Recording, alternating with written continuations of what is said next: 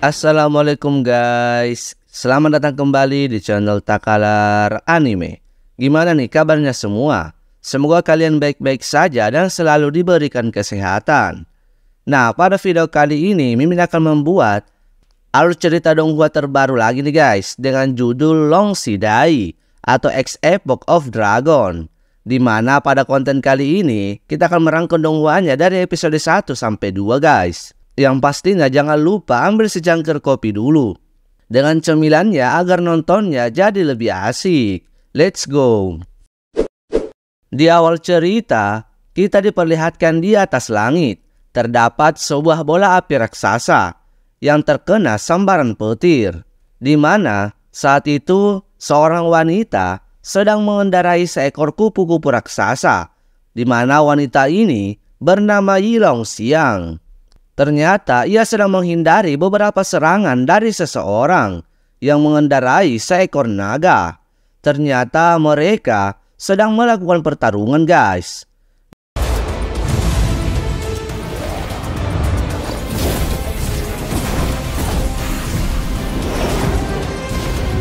Di mana pertarungan itu ditonton oleh banyak orang. Terlihat dua orang pria yang sedang berselisih karena beda tim. Terlihat juga seorang pria yang terkena lemparan sebuah apel yang membuatnya marah. Ia pun mencari orang yang melemparinya, di mana lemparan itu berasal dari MC kita yang bernama Xingyung. Terlihat Xingyung dari atas batu sedang duduk santai dengan dikawal oleh beberapa prajurit. Ia sepertinya orang terkaya ataupun seorang pangeran nih guys, karena makan saja harus disuapin. Lalu ia pun memanggil pelayan untuk mengeluarkan dua peti misterius yang akan diperlihatkan kepada penonton. Kemudian Xingyung memerintahkan pelayan untuk memberitahu para penonton untuk mendukung Yilong Xiang. Namun seorang pria menanyakan tentang Xingyung dan para penonton merupakan kesatria naga berpangkat tinggi dan mereka tidak ingin diatur. Kemudian Xingyung pun memerintahkan pengawalnya untuk membuka peti itu yang ternyata berisi banyak koin emas guys. Dan semua orang kaget melihat emas yang ada di dalam peti itu. Ternyata Xingyung ingin menyogok mereka demi bersorak untuk mendukung Yilong Xiang.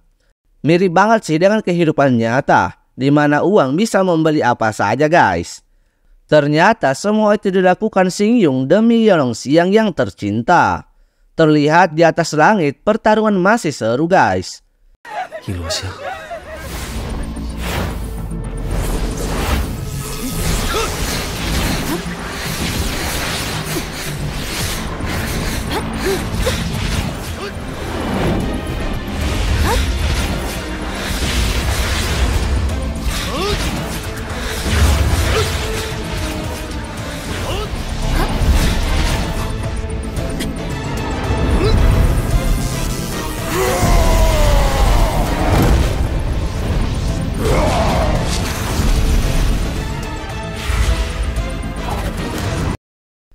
Tanpa sengaja serangan dari naga itu mengenai bola api raksasa yang tadi dan membuatnya retak. Orang-orang yang melihat itu ketakutan dan pergi menjauh. Terlihat Xingyung memberikan perintah kepada semua orang untuk pergi. Namun karena ledakan bola api yang sangat besar itu membuat semua orang terkena ledakannya. Sesaat sebelum ledakan itu mengenai Xingyung, ia pun berkata, jika ada kesempatan hidup kedua kalinya, ia akan memilih kekuatan agar bisa melindungi Yilong Xiang. Scene berganti di sebuah tempat yang aneh yang berisi seperti equalizer gitu guys, di mana di sana Xingyung berada dan bingung akan keberadaannya. Tiba-tiba muncul tulisan aneh di atasnya. Lalu muncul juga rekaman kilas balik sebelum ia datang ke tempat itu, beserta identitasnya yang memiliki kekuatan tempur yang sangat rendah. Dan ia masih berusia 20 tahun. Ia pun kecewa melihat identitasnya.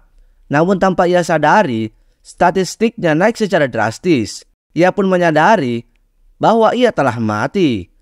Lalu terdengar suara misterius yang menjelaskan tentang kematiannya, yang merupakan hal yang wajar setiap manusia. 初步计算，宿主最后所受攻击超过本体数值的20倍，死亡是正常结果，不存在任何生存概率。 Sistem itu pun memunculkan tombol untuk login ulang guys. Ya tentu saja Xingyun dengan bahagia menyetujuinya. 时间线重启成功，祝宿主重启愉快。等什么？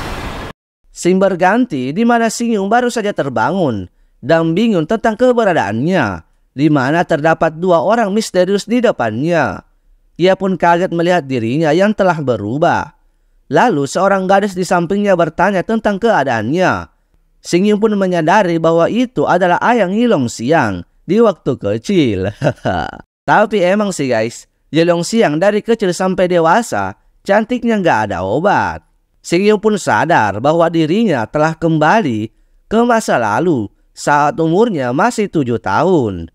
Di mana saat itu ia sedang bersembunyi di bawah sumur karena naga sedang menyerang desa mereka. Nah, di atas terlihat para naga yang masih menyerang pemukiman warga. Sontak saja warga yang melihat itu pun berlarian. Lalu datanglah para prajurit pemberani dengan membawa panahnya yang langsung memanah naga itu.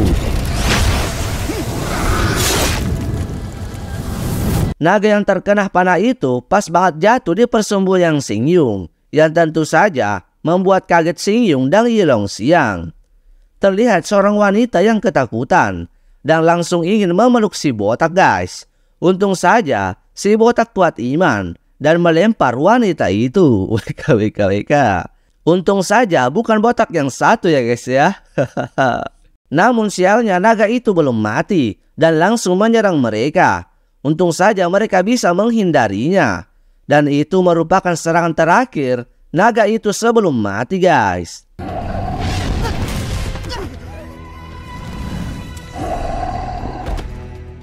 Terlihat wanita tadi meminta air.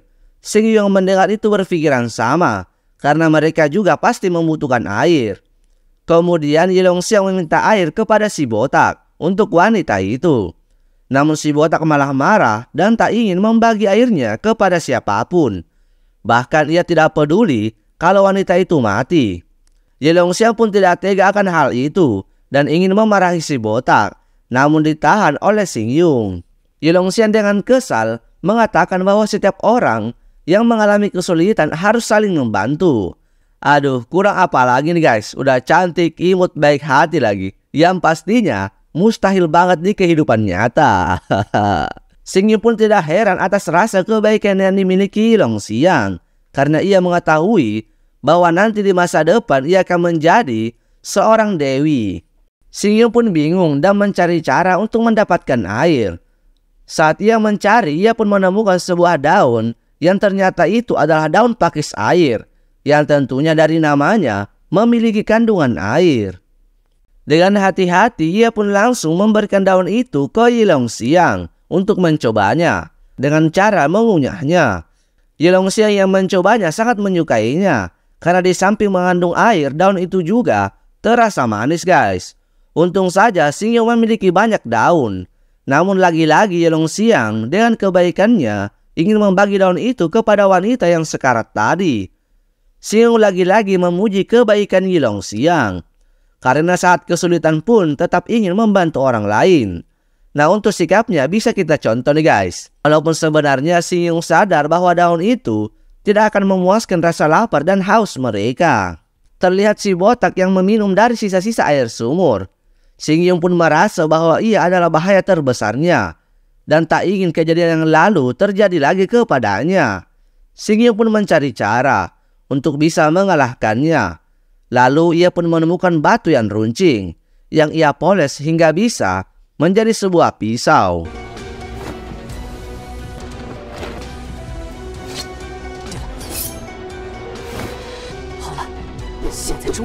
Lalu malam pun telah tiba. Xingyun terbangun dari tidurnya, di mana ia melihat Yilongxiang dicekik oleh si botak.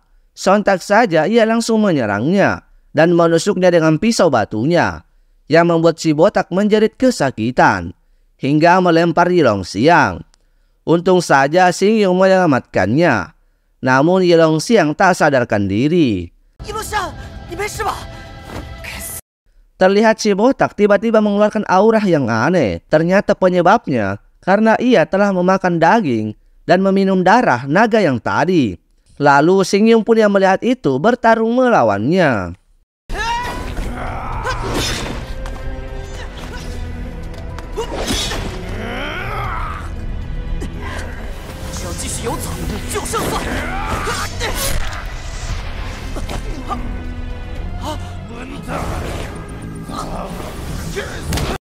Melihat Xing Yun yang dihajar habis-habisan, Yelongxiang tidak tinggal diam.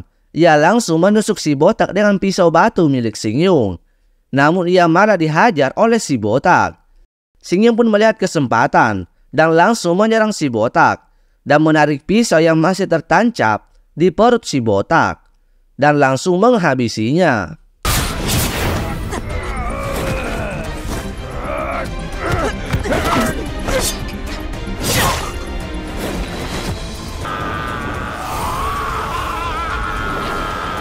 Lalu Xing Yun pun menghampiri Yelongxiang yang terkapar, namun ia tidak sadarkan diri. Sudah seminggu setelah pertarungannya dengan si botak, namun Yelongxiang masih pingsan guys. Xing Yun pun masih berusaha untuk mengobatinya dengan menggunakan daun pakis yang tersisa. Ia hampir menyerah dan putus asa karena ia tidak bisa keluar dari tempat itu. Ia pun menyerahkan sistem yang mengirimnya ke sana. Karena kehabisan daun pakis, ia pun menggores tangannya dan meminumkan darahnya kepada Yelongxiang dan meyakinkan pada dirinya bahwa ia akan selamat.